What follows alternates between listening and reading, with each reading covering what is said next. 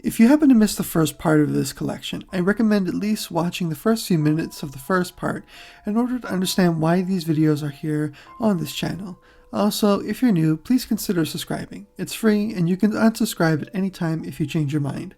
Now, please enjoy part 2 of the Horror Hive and Timothy Duran Definitive Collection.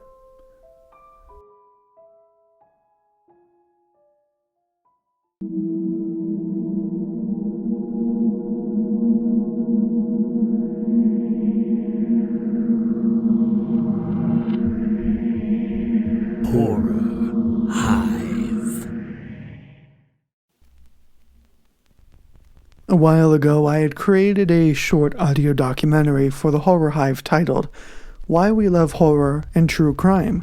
However, unfortunately, at least in my opinion, I did not go far enough in detail in explaining the purpose of fear, at least in humanity, our understanding of fear as it relates to both human understanding as well as to the human spirit, and why, at least in our case, many people like us enjoy tackling our fears, especially in the genre of horror.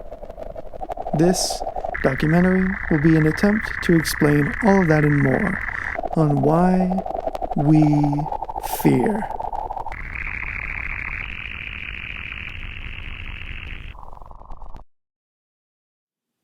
To understand fear a bit better, one usually needs to only look towards nature to gain a better understanding of the mechanics of fear as well as the purpose that it serves, at least in the case of animals. For millions of years, animals have functioned with fear in a way that has helped ensure the survivability of their species. Fear often serves as a mechanism to help prevent damage done to an individual, as well as the preventing of predation by other species and the assurance of the continuation of a species by making sure that the weakest members, often those that are newly born, are able to survive long enough to defend themselves and be able to procreate and create new members of the species and carry it on further. It also served as a way to be able to protect members of an entire species from a catastrophe, such as a natural disaster, which could often be disastrous to an entire species, let alone a lone individual. So, for the most part, many people would look at fear in terms of the natural essence of it and consider it to be done at that level. There is no further reason to try and understand fear, and fear only serves as a mechanism for survival. Unfortunately, in the case of humans, that seems to be a bit different. Many people have what are called irrational fears, or fears that could be rational in certain instances, but are triggered in many cases with people who have no particular reason to fear things due to the simple fact that they are not in danger, or are in danger anytime soon of what they are afraid of. These are often referred to, at least in psychological terms, as phobias.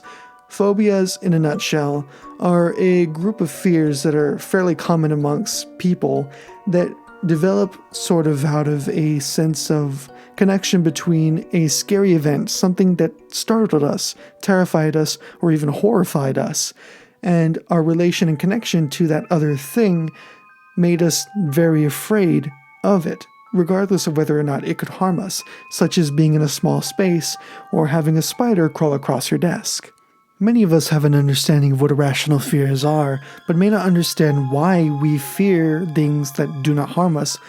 More so, however, many others do not understand why some people reject the notion of fear or a reason to fear anything in general, and would rather go and live their lives in an essence or in a way that would lead many people to believe that they live without consequence, or at least that they operate without consequence.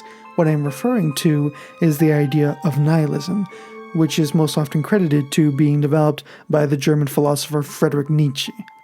He argued that, in general, many people should not fear what comes after life.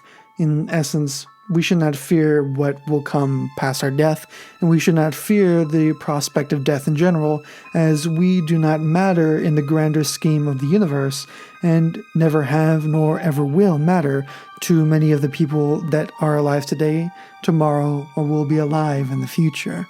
This form of philosophy is very palatable and, in some cases, very enticing to some people who have simply given up on hope and given in to their fear rather than trying to face it, simply due to the despair and doubts about themselves and the world around them, while others view it as a form of optimism, knowing that even though they have only one life, there is little consequence for what they do wrong in that life, so they should live it to the fullest that they can.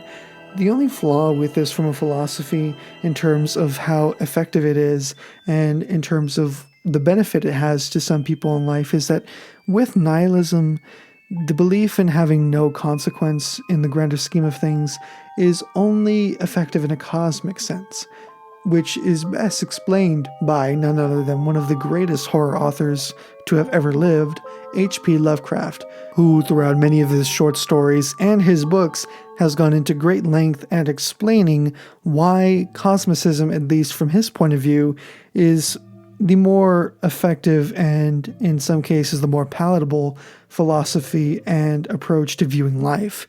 In his stories, many of the creatures and monsters that people fear are so powerful that there is little hope for any of these people to escape, let alone defeat the monsters that they face. For them, it is much easier for them to surrender and simply to lie down and rot, rather than to hope to fight, let alone defeat these beings and ensure their safety. This form of philosophy, or at least in terms of what it is originally derived from, an extreme form of nihilism, seems very truthful on the surface. However, in terms of a more relative scale, rather than a cosmic scale, the actions that we do have as individuals matter not only to the people around us and ourselves, but to the immediate effective radius of influence that we have on our society as a whole. Whether we would like to admit it or not, every person, young or old, big or small, has a role to play within their community. Whether you consider yourself active or inactive as a member of your community, you do have an impact on not only your family and your friends, as well as your loved ones. You have an impact on other people who know you simply by your face or by your name. The very removal of your presence from the world in which you live not only changes certain events that would have happened, but prevents others from ever happening. Certain people would never have been born, certain actions would have never have been taken, and certain events never could have taken place. This philosophy, in a nutshell, is known as the chaos theory, or by its more common referred to extension, the butterfly effect. But the butterfly effect doesn't fully explain why people experience fear and why humans in particular are so unique with it, but it does represent a good example of why fear serves as a great motivator, as well as a great mechanism by which to ensure survivability and ensure, in essence, the survival of the fittest.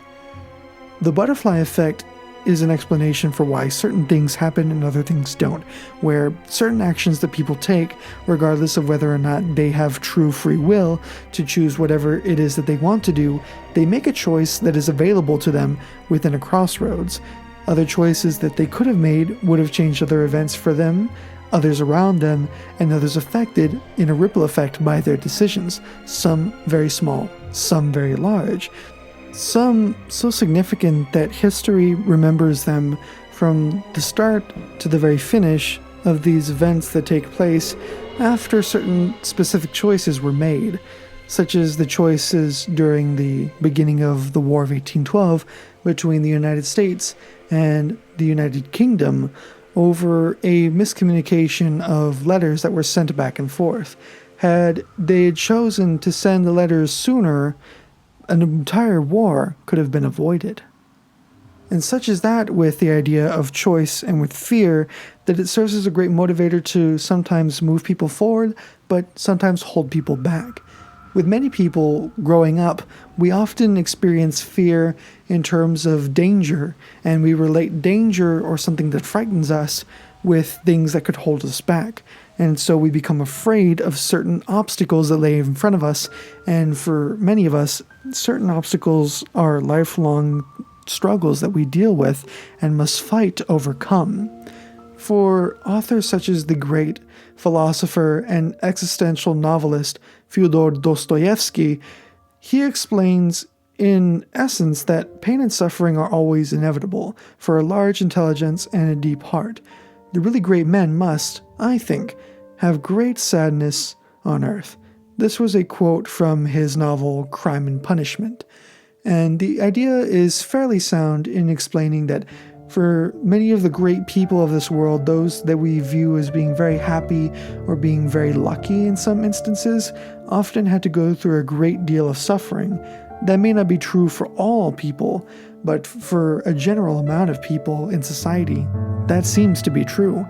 More often than not, those who are willing to face their fear, pain, and suffering and switch their focus to something that is less suffering for themselves, the more happy they often are, meaning that the more that they are willing to overcome their fear and divert their focus on what they feel is suffering, the less that they feel they suffer, and the more they feel accomplished, happy, fulfilled, and complete as individuals.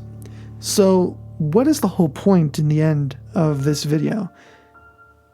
To put it simply, facing fear is not only an important aspect of understanding human psychology and understanding horror and true crime itself, but facing fear is a way of life and, for us, a way of passage.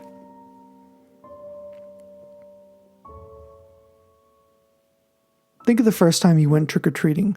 Many of you, as young kids, were afraid of going to strangers' houses to ask for candy, maybe because of the creepy masks or the loud music they could have been playing, or the other kids running around, and the rumors spreading that they could one day harm you and try and steal your candy.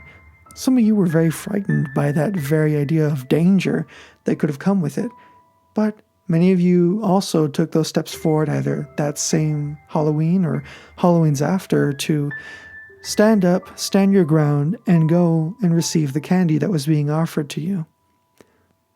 In the case of understanding human development and human psychology, as well as the psychology of horror and of true crime, we need to further go back and try and understand why we as people fear what we fear, as well as what caused that fear and how we can overcome it.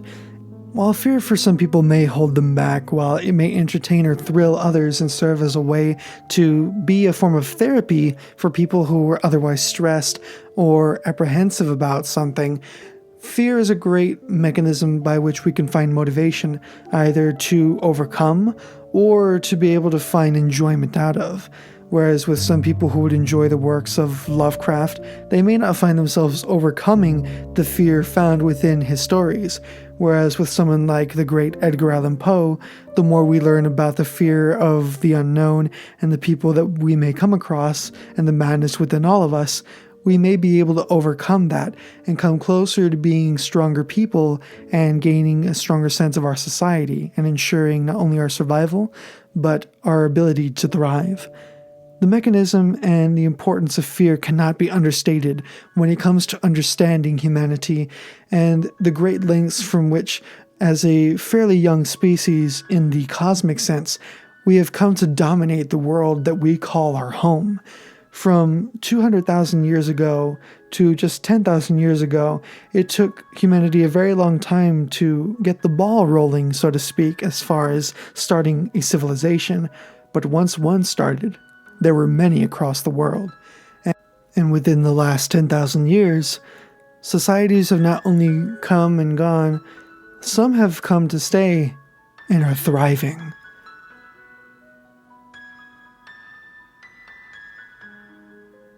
The wisdom and knowledge that we gained throughout history came not only from our understanding of ourselves, but the importance of overcoming the fear that came with not knowing what could come next, or not knowing what we had to fear, or what was in danger for us and what was not. By overcoming those fears and overcoming the doubts that were laid out in front of us, we achieved many great things, and still do to this day.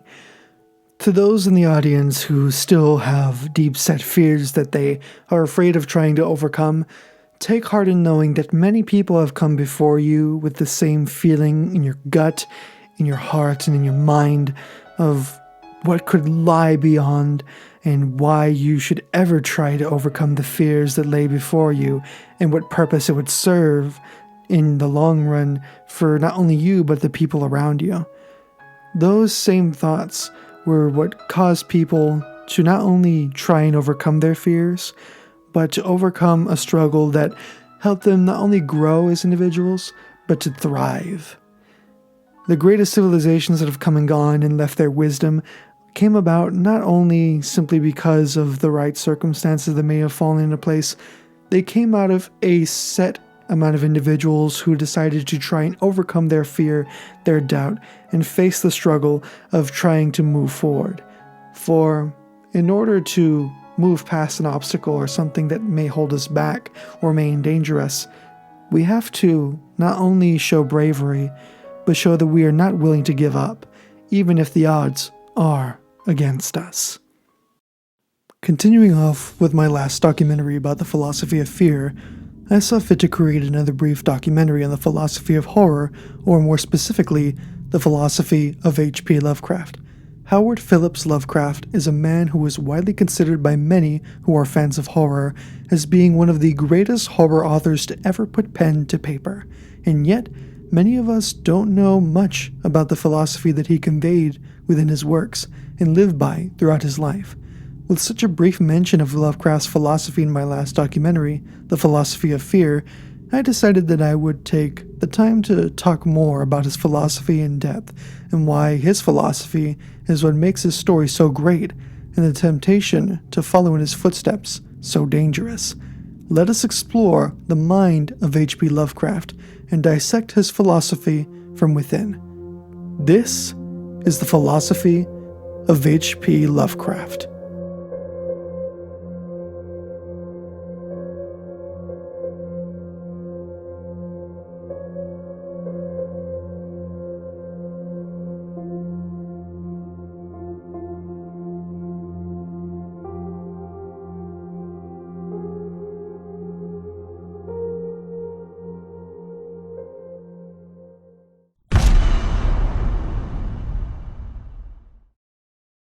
To start, let's take a look back at a bit of the background and history of H.P. Lovecraft before we dive into his philosophy.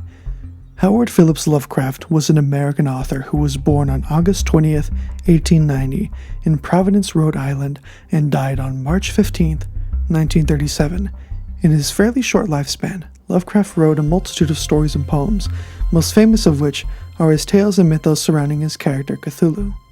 Lovecraft received some success while he was alive, but did not gain as much notoriety as he did after his passing, but is now regarded as one of the most notable masters of fantastical works of fiction.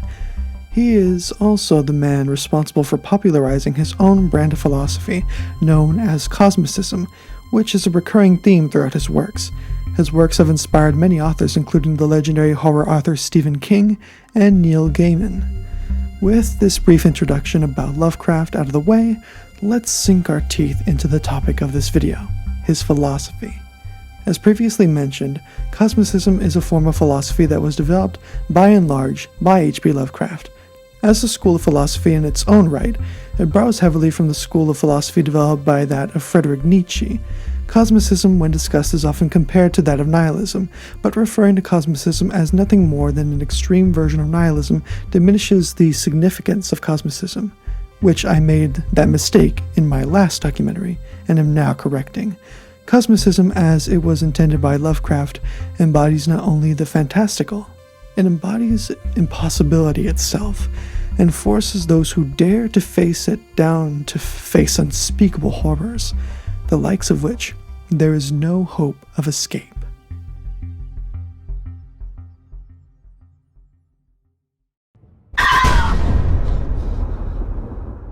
Cosmicism as a philosophy in the realm of horror fiction is very effective in not only bringing about shock, but bringing out existential horror that lingers and lasts for a long time within those who experience it. Such forms of horror didn't exist before the time of Lovecraft, and few yet have been able to match, let alone master, his realm of horror. What Lovecraft created when he developed cosmicism is what can only be described as a philosophical black hole, where all hope is drawn into and all forms of meaning and purpose are sucked out of you. Those who live in his worlds live with a false sense of hope or purpose, and if they are unlucky enough to face the horrors that he created, there is no hope for escape, let alone survival, from the monsters that he wrote about. Such beings in his mythos were too great to even comprehend their power, and doing so would be a futile exercise in extrapolating understanding from what could not be understood. The power of such beings rivals that of gods, and in some cases goes above and beyond what could be even described as being a god or godlike. Any inkling of a plan to escape will be utterly doomed within the world of this philosophy. For any person who dares to stand up against an entity which they do not understand will be wiped from their meaningless and ultimately inconsequential existence, and everything that can be and cannot be real is real. Sure, cosmicism can be an effective tool for writers of fiction to instill an overwhelming sense of fear and dread, but in the lives of those who may try to pursue the philosophy of cosmicism, there are great dangers that come with it. Such forms of thought reduce everything to a numbing sense of emptiness. In a sense, it's like a form of trick you play on yourself, where you repeat a word over and over until it becomes white noise, disassociated from what meaning it once had. Dissociation, in the case of releasing ourselves from suffering and trauma, can be a welcoming form of healing for some people, but cosmicism applies this form of thinking to nearly every aspect of life. As much as people like myself love the works of Lovecraft, it is quite dangerous to take his work too seriously. Reality in the universe around us is not separate from us, and we are not meaningless within it, just because we are small. The universe is connected to us, and we are connected to the universe. As cliché as that statement might seem on the surface, the odds against us existing in the universe at all are beyond astronomical. The odds for everything to end up the way that it did are beyond normal human comprehension, and yet, here we are, with my words reaching you in a recording that was posted to a platform on the internet, a system of networks connected through electricity and data that brings people like us together in a way that we otherwise never would have. As much as Lovecraft attempted to justify his form of philosophy through reasoning and justification that had relations back to science and discoveries that were made in the name of science, it sorely lacks in a logical framework and instead operates in a fantastical one. Unfortunately for many people who enjoy Lovecraft's work to the point of wanting to follow in his footsteps and pursue cosmicism, they always overlook the misery and fear that Lovecraft was subjected to for the larger part of his adult life. Lovecraft was a xenophobe in every sense of the word and was fearful of everyone while simultaneously taking great pride in himself. By applying his philosophy to his flawed line of logic, he created a world where, through his perception, nothing had meaning and everything was a danger. His own sense of understanding gave him a conflated sense of pride, through which he viewed everything with a highly cynical and critical lens. H.P. Lovecraft died in poverty at the age of 46 from small intestine cancer and never experienced nearly the same amount of acclaim that he does now that he did during his lifetime. H.P. Lovecraft's philosophy is one that is hard for many people to wrap their heads around, and one that fewer people will ever hope to try and understand. But to those who do understand his philosophy, also understand the danger that can come from living a life in fear and without meaning. For, as H.P. Lovecraft once said, the oldest and strongest emotion of mankind is fear, and the oldest and strongest kind of fear is fear of the unknown. Those who live without meaning and without a sense of connection are doomed to the unknown and the fear that comes with it. However, the answer to that fear is bravery. Bravery to move forward, bravery to fight back, no matter the odds, and bravery to pursue knowledge and understanding. But most importantly, what cosmicism teaches us beyond the mere fact that there is much we don't know and will likely never know, is that in spite of the unknown, we will come together to face adversity and do what we can to prevail, for that is the one fatal error that H.P. Lovecraft made. We may not live on past the lives we have here in this mortal plane, for we do not know what comes from beyond. But the human spirit and the will to survive not only allows us to face the unknown, it allows us to thrive in it. Creativity is one of, if not the most defining trait that humans have learned to possess. Leonardo da Vinci, Albert Einstein, Benjamin Franklin, Claude Monet, and Pablo Picasso are all regarded as being some of the most creative people to have ever lived. However, one defining trait of all of these people is that many of them are not known for their creative writing nearly as much as their other creative endeavors. This is not to say that people like Leonardo da Vinci never wrote anything down, but rather that people like da Vinci were not and are not known as much for their writing. The reason I bring up writing in particular is because there are many great authors in the realm of literary fiction who have created fantastic works through poetry, plays, stories, and books. Some of the more well-known literary figures such as William Shakespeare, however, are often not considered when people are asked about who they believe are the most creative people ever. In spite of Shakespeare having coined nearly 1,500 words within his works of fiction, many of which we still use today, many of us still don't regard Shakespeare as even being one of the most creative people ever to live. Even further still, of all of the genres of fiction, the one that gets the most overlooked often enough is the genre of horror, as well as the overlapping genres connected to horror, with many authors being put strictly into a sort of camp separate from that of fine art. There is only one American author whose work has not only stood the test of time, but inspired and founded one of the most popular fiction genres to date, detective fiction. His Gothic literature is still read in schools to this day, and his poetry represented the darker aspects of the Romanticism era in art and literature. His words have stood the test of time, and his deep, sunken eyes are synonymous with worry and with darkness. Yes, I am talking about the one and only Edgar Allan Poe.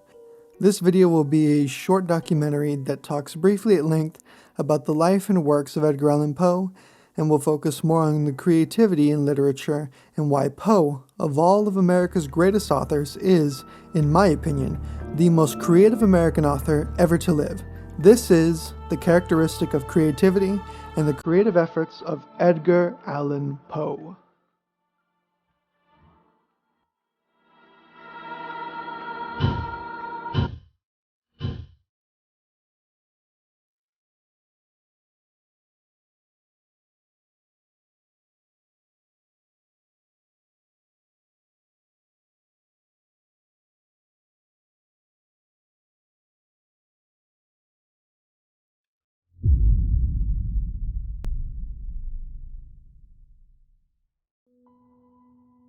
To start, we should define creativity. Creativity, as it is defined by Creativity at Work, is the act of turning new and imaginative ideas into reality. Creativity is characterized by the ability to perceive the world in new ways, to find hidden patterns, to make connections between seemingly unrelated phenomena, and to generate solutions. Creativity involves two processes: thinking, then producing. In a nutshell, creativity involves bringing something new or innovating upon a pre-existing idea or concept and bringing a new iteration of that something into the world. For many authors, the concept of taking a dive into creating something new and exciting out of preconceived ideas or out of concepts that occurred in one iteration or another in the real world is nothing new. Many authors dedicate their time to putting pen to paper in order to convey random spurts of ideas that can later be translated into something meaningful. This concept was not foreign to authors like Poe, who exemplified this trait to a T. Creativity, as we would define it in this context of character strengths, is the potential to create something new, and if any American author had this character strength in spades, it would have to be Poe. To understand Poe's creative genius, as many writers now refer to him as such, we need to take a brief dive into some of Poe's life. If you would like to take a deeper dive into the man's biography, I have linked a fairly short biography directly from the Poe Museum down in the description for you to be able to check out at your own discretion. For now, I want to give a rundown of the key aspects of Poe's life. Edgar Allan Poe was born to traveling actors in 1809, but was adopted at the age of 3 after both of his parents passed away by a wealthy tobacco merchant by the name of John Allan. Edgar, whose name was adjusted to include his adoptive father's name, had a reputation for gambling away his money and wasting his time until his adoptive father ordered him to go to military school, and he ended up at West Point, all the while publishing poetry and stories. However, he was thrown out about 8 months after having entered the school. He returned home to Baltimore to a loving family and ended up marrying his first cousin. I apologize for that. It was a different time and something I don't want to dwell on for the rest of this video. Poe became a somewhat successful critic, an author, and fought for better wages for writers and for reform to international copyright law. Yet, in spite of all of his growing fame, he was barely able to scrape by. He ended up returning to Richmond, Virginia, where he reconnected with his first fiancée. Destined to be married, he was unfortunately found dead at the age of 40, 5 days after he had left on a trip to Philadelphia, and was found dead in a ditch after going missing in Baltimore.